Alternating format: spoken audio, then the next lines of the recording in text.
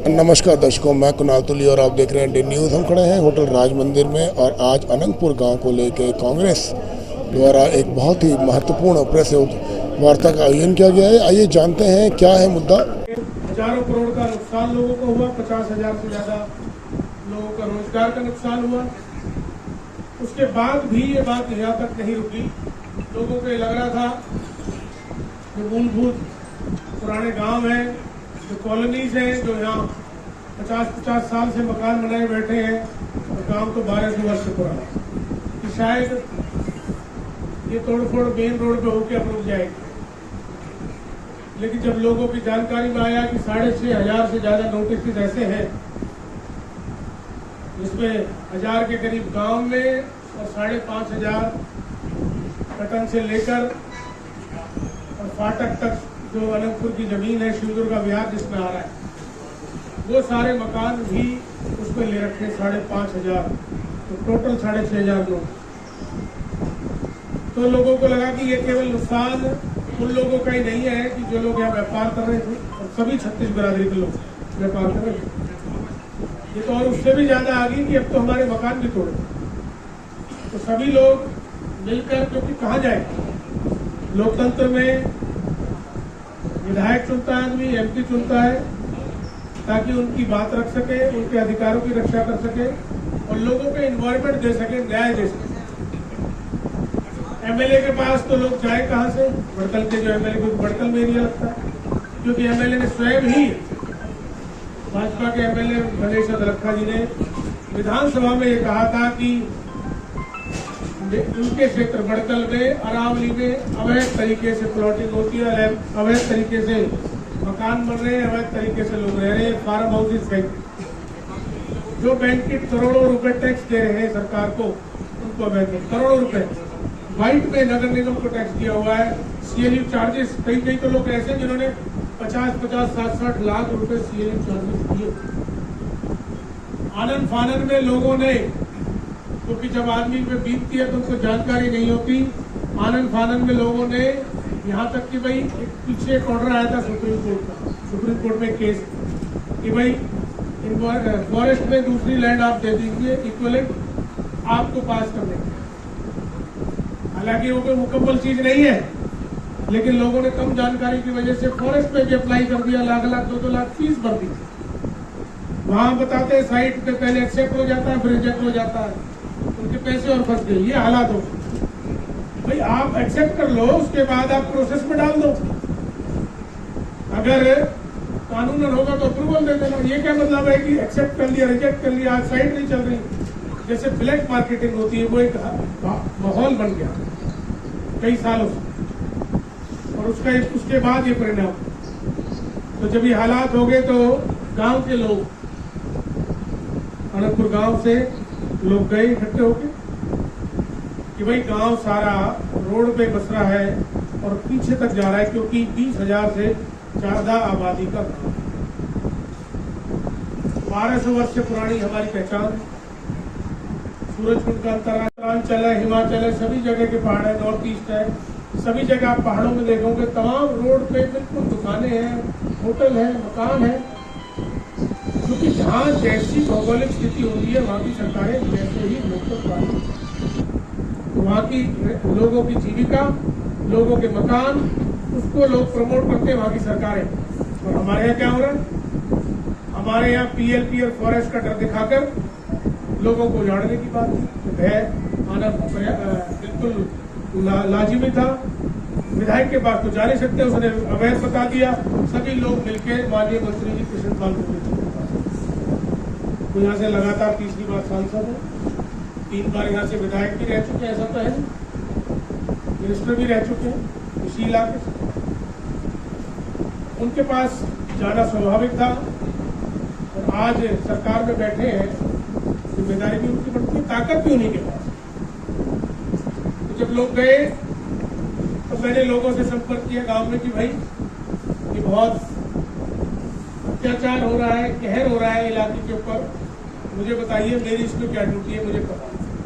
तो सभी गांव के बड़े बुजुर्ग बैठे हैं, सबने कहा कि भाई अभी सरकार से बात कर रहे हैं, अभी आप इसमें मत आओ, और हमें उम्मीद है कि सरकार काम करेगी कृष्णपाल जी। तो मैंने इलाके के हित में, क्योंकि राजनीति की बात नहीं है, बात बीच बीच में चलती आ रही कि राजनीति कर रहे हैं। मैंने पहले भी कहा कि राजनीति नहीं करना, 4 साल पड़े इलेक्शन। हम खुद कह रहे हैं कि कृष्णपाल जी इस आंदोलन का नेतृत्व करें, सबको साथ लेके जाए। मैं तो चलने को तैयार हूँ। ऑर्डिनेंस कराएं और इलाके को बचाएं। हमारी जो मांगे हम रखेंगे, मैं विस्तार से बताऊँ।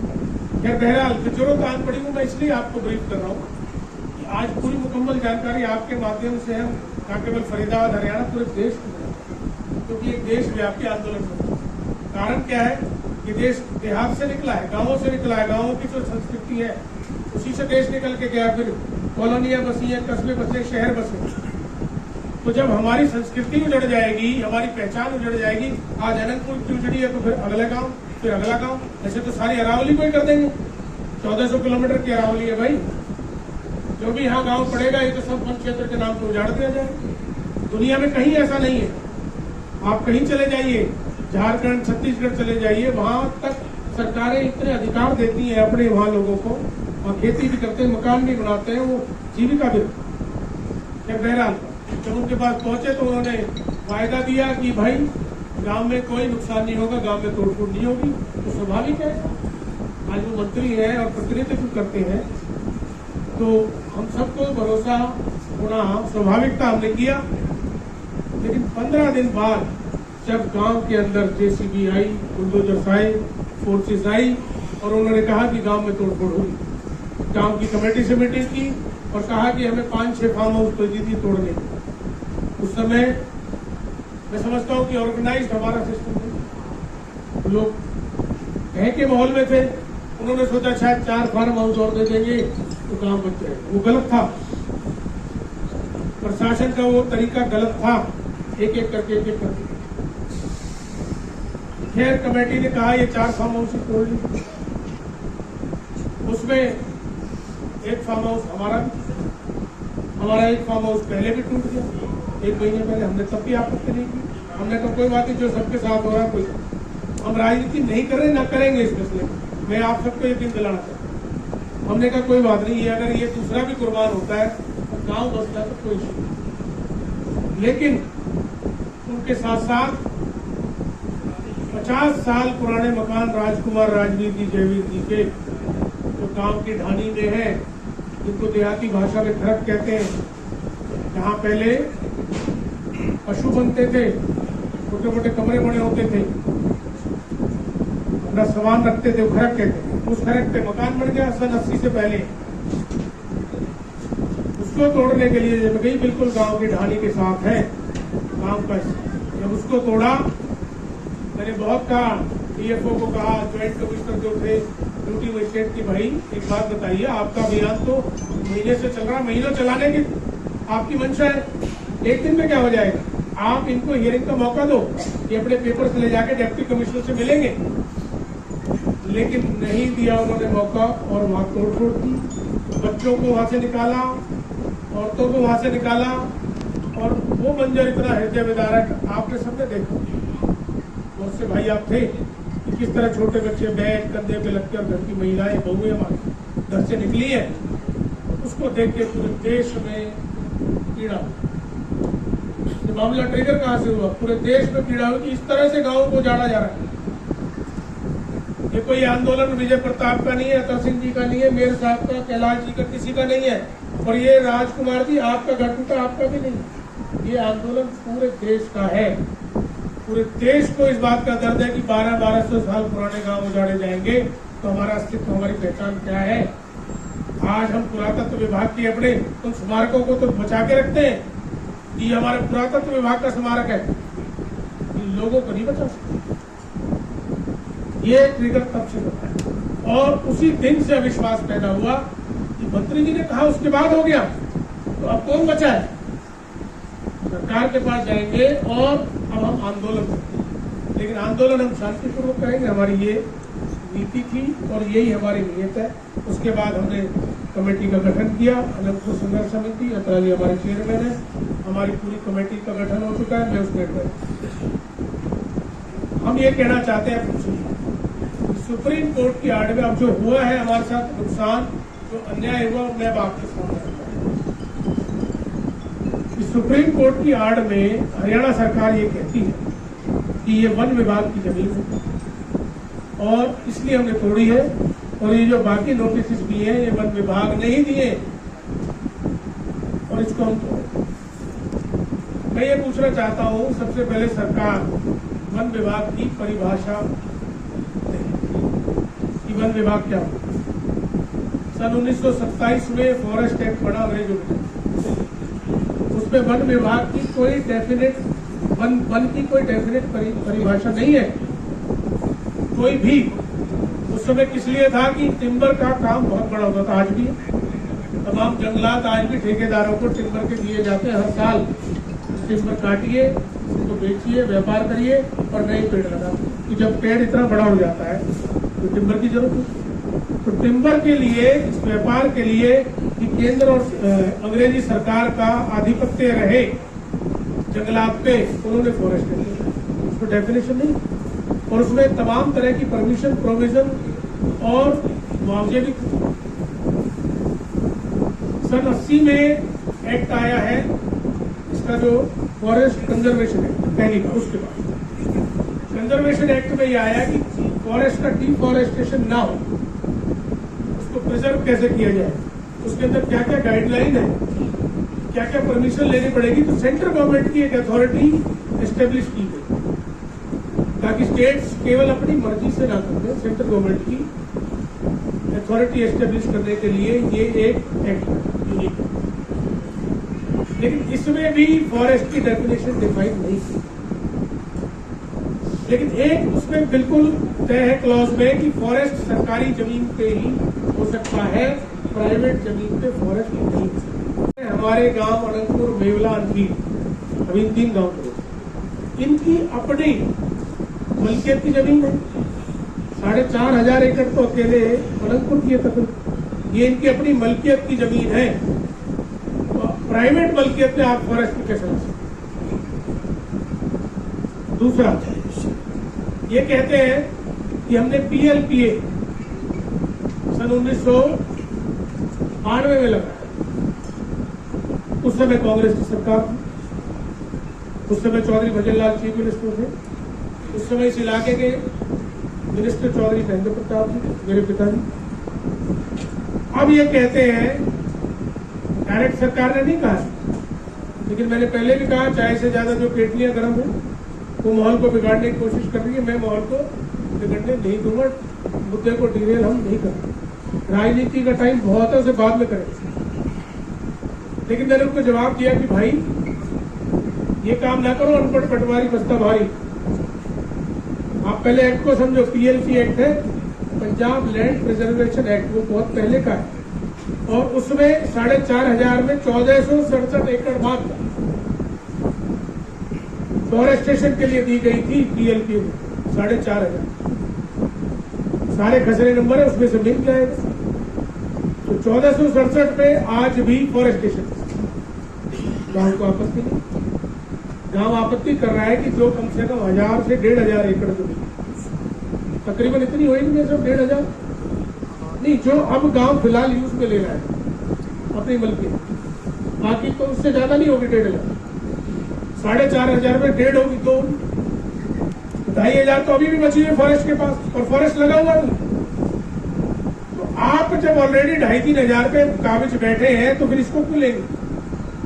और इसके अलावा आप चले जाइए पूरा कोट, मांगर, मेवला, अंधीर, नवादा, भाकरी, पाली, मोहताबाद, धौज, सिरोही, बोरी, ये एरिया में तकरीबन जगह पे आज भी, हालांकि हमारे 5 गांव ऐसे थे, कोट, मांगर, अंधीर, मेवला और अनंतपुर, जिनमें पहाड़ हमारा मलकियत था, बाकी पंचायत। तो वहां जब लाखों एकड़ में आपका पेट नहीं भर रहा, यही चाहिए आपको यही जमीन चाहिए, लाखों एकड़ का पेट नहीं भर रहा, इसका मतलब कोई ना कोई षड्यंत्र है।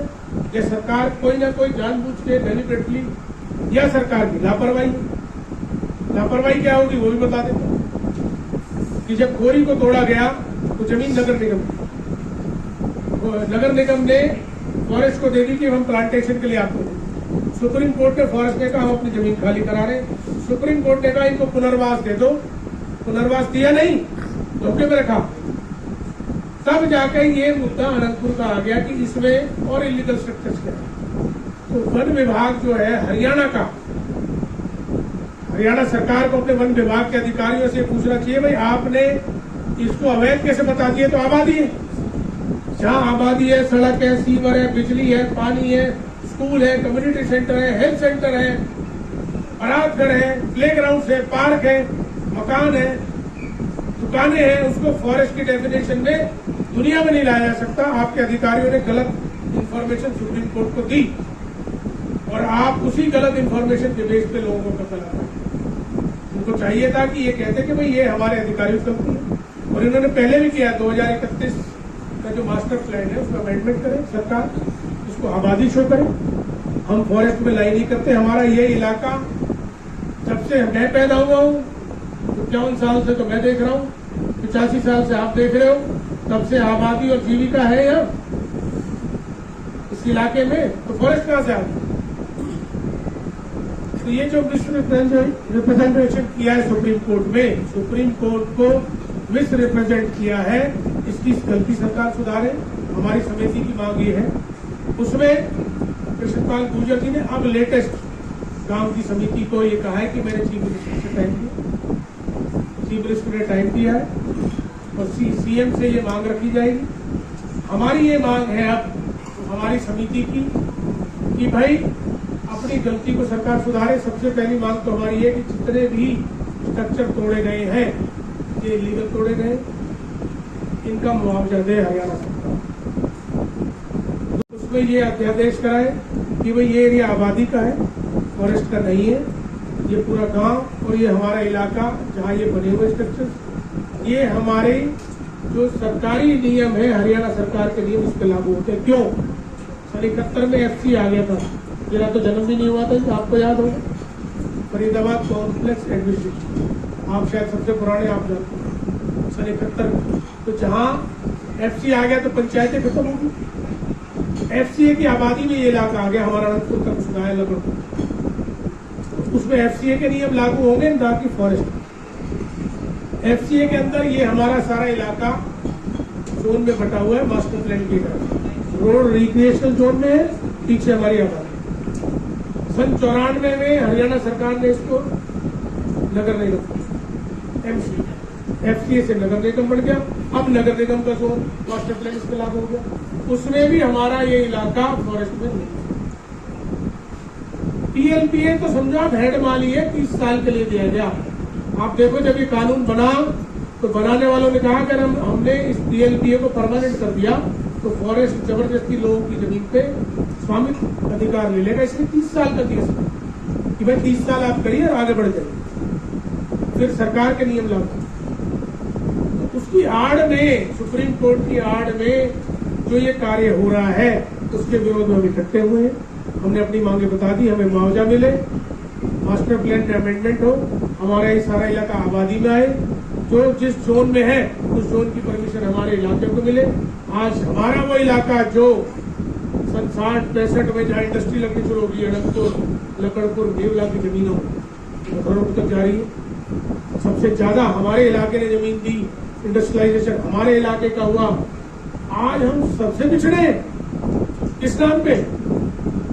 जो हमारी सबसे बड़ी ताकत है अरावली, उसी के नाम पे हमें पिछाड़ने जा रहे हैं। हमारी तो सबसे ऊपर पहचान होनी चाहिए, डेलिबरेटली हो रहा है। जहां हम दिल्ली के बॉर्डर में घुसते हैं वहां भी तो GK में, ईस्ट ऑफ क्लास में यही अरावली है, उसको भी तो निकाला गया था इससे बाहर और 10 लाख रुपए बेच कर रहे। और आज हमारे साथ क्या अन्याय है? हमारे भी तो यही रेट होने चाहिए, 2 लाख 3 लाख, उसको तो भूल गए लोग। लोग ये सोचने लगे हमारा मकान कैसे बचे। डेलिबरेटली कितना कमजोर हमारे इलाके को किया जा रहा है, हमारी ये मांग है।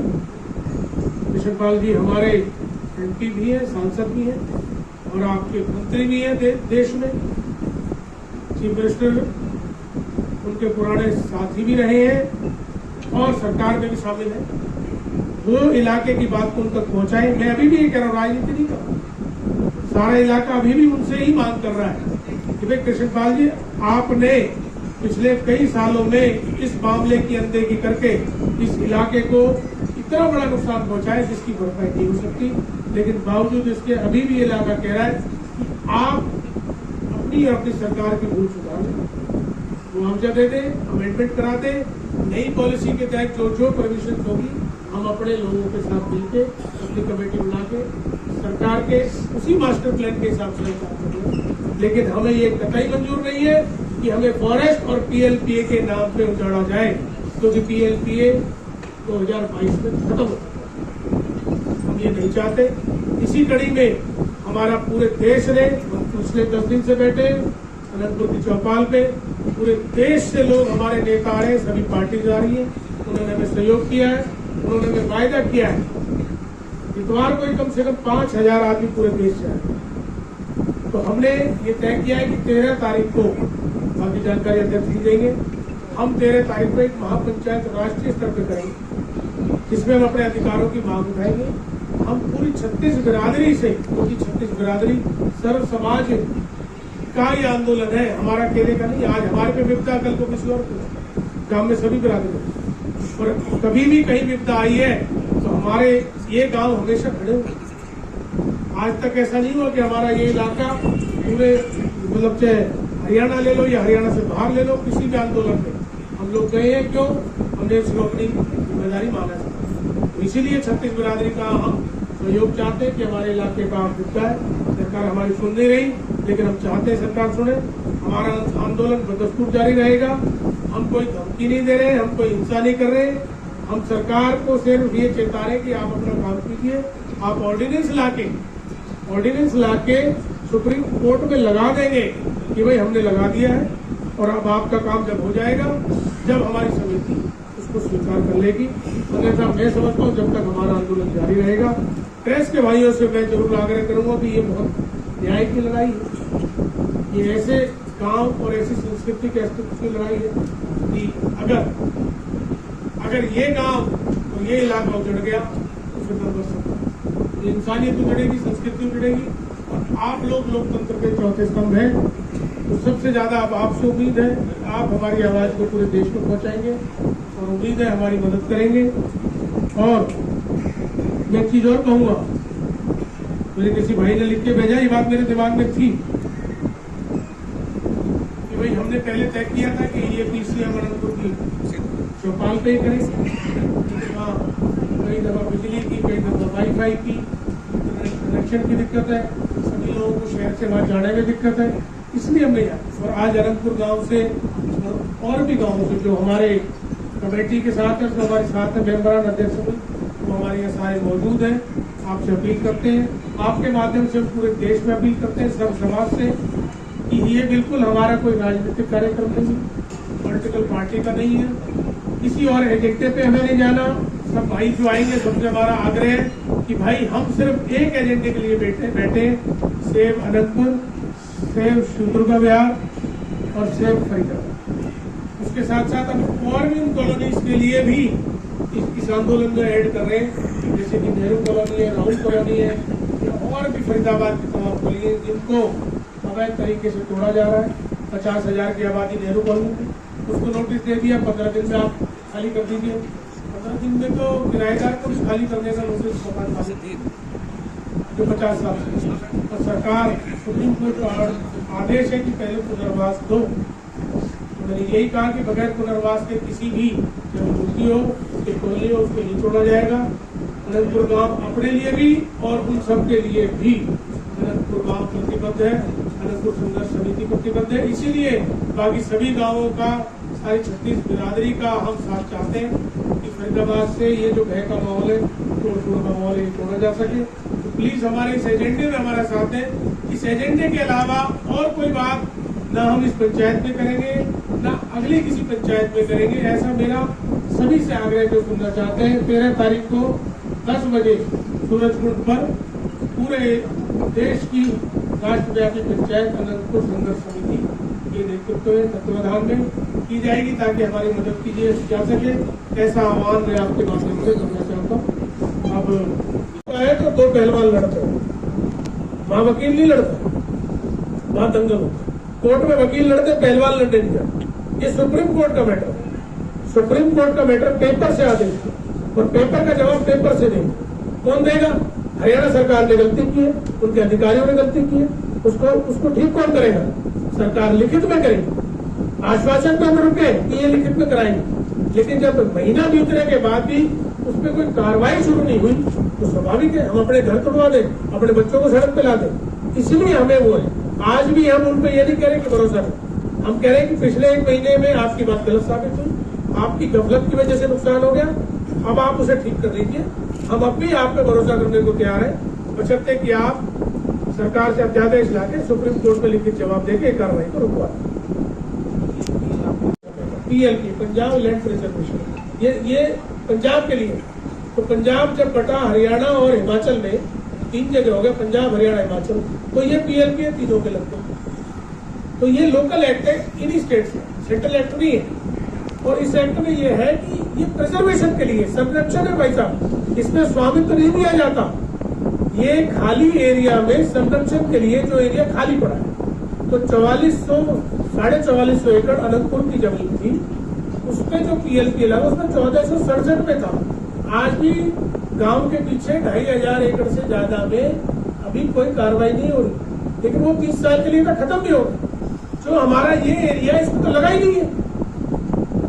जब 4450 में से 1467 पे लगा है तो सरकार यही तो गलत कह रही है। अनपढ़ पटवारी बस्तावारी, जैसे मैंने कहा, इनके अधिकारी जो फॉरेस्ट वाले थे और जो इसको डील कर रहे थे, उन्होंने इस केस को जानबूझ के या अपनी अज्ञान में खराब किया। सरकार उसे सुधार कर ले, बात करो। लाखों आदमी आएगा, बस लाखों। 5000 तो जब इतवार को ही लोग आ गए तो छोटे से बुलावे पे लाखों आए।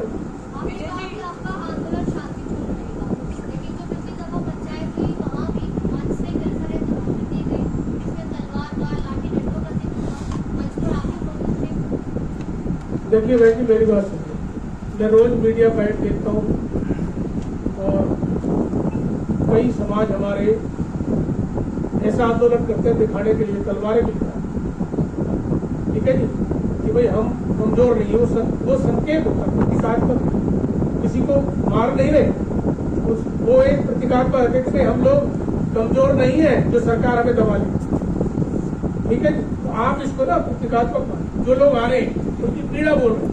उन्होंने ये कहा कि हमें जान देनी पड़े, किसी ने ये नहीं कहा कि हम ये कर देंगे, आगजनी कर देंगे, लूट लेंगे, जला देंगे, तोड़ फोड़ कर। सबने ये कहा, आप सुनिए, कि भाई हम अपनी जान दे देंगे, बुलडोजर के आगे लेके जाएंगे, बुलडोजर को हटा देंगे। ये नहीं कहा किसी ने मारे, इतना तो हमारा कहने का अधिकार है। और फिर ऐसे भी कोई जो ना बिल्कुल इतने कमजोर भी नहीं है। ये कौन? ये कांग्रेस में थे, कांग्रेस के बाद ये हजका में गए, हजका के बाद बसपा में गए, बसपा के बाद आप में गए, आपके बाद बीजेपी में गए। और आज और बसपा में ये बड़गल से चुनाव लड़े। अनंतपुर गांव ने इनको वोट दी दोनों दफा। आज अनंतपुर मेवला में मुसीबत आई, क्यों नहीं आए? ये फेसबुक और सोशल मीडिया के मल्ले, इनको वहां आना चाहिए था। लेकिन विजय जी, जड़ तो आपके यहाँ से लगी है। भाई साहब, यूनिवर्सिटी तो हमारी थी सबसे पुरानी। अब उसमें एक बात बताइए, अब 10 खरबूजे खरीदे, 4 खराब भी निकल जाते हैं। खरबूजा जब खुलता जब पता शहर में तोड़फोड़ के दौड़ रहे हैं और जगह और कॉलोनी और बस्तियों में भी किए जा रहे हैं। तो क्या ये संघर्ष समिति सिर्फ अनंतपुर की लड़ाई लड़ेगी या उन लोगों को भी? मैंने इनको ये कहा है और समिति ने इस बात की चर्चा की कि हमारा ये इलाका है कि जब ये शहर बसा था, पंडित जवाहरलाल नेहरू जी अनंतपुर में आए सन 1960 के आसपास की बात है। हम तो पैदा भी नहीं होगा, आपने देखा। तो उस समय मेरे दादाजी चौधरी देव साहब चेयरमैन हुआ करते थे। यहाँ से लेकर और रेवाड़ी तक एक जिला होता था, उसके चेयरमैन थे। तो वो उसके आयोजक थे और हमारे गांव के बुजुर्ग चौधरी सुल्तान जी और पूरे गांव के बुजुर्ग सारे मिला के अनंतपुर गांव में कार्यक्रम होता। वहाँ पंडित जवाहरलाल नेहरू भाई, ये सूरजकुंड रोड भी तभी बनी। ये भी आज भी लोगों की जमीन पे रोड है भाई साहब, सरकारी जमीन नहीं है, ये तभी रोड बनी। तो उसके बाद पंडित जवाहरलाल नेहरू आए और ये शहर धीरे धीरे बसा। टाउन को बसाने वाले पंडित जवाहरलाल नेहरू है, जो एशिया का मानचेस्टर बना, दुनिया में जिसका नाम किया गया इंडस्ट्रियल टाउन हमारे।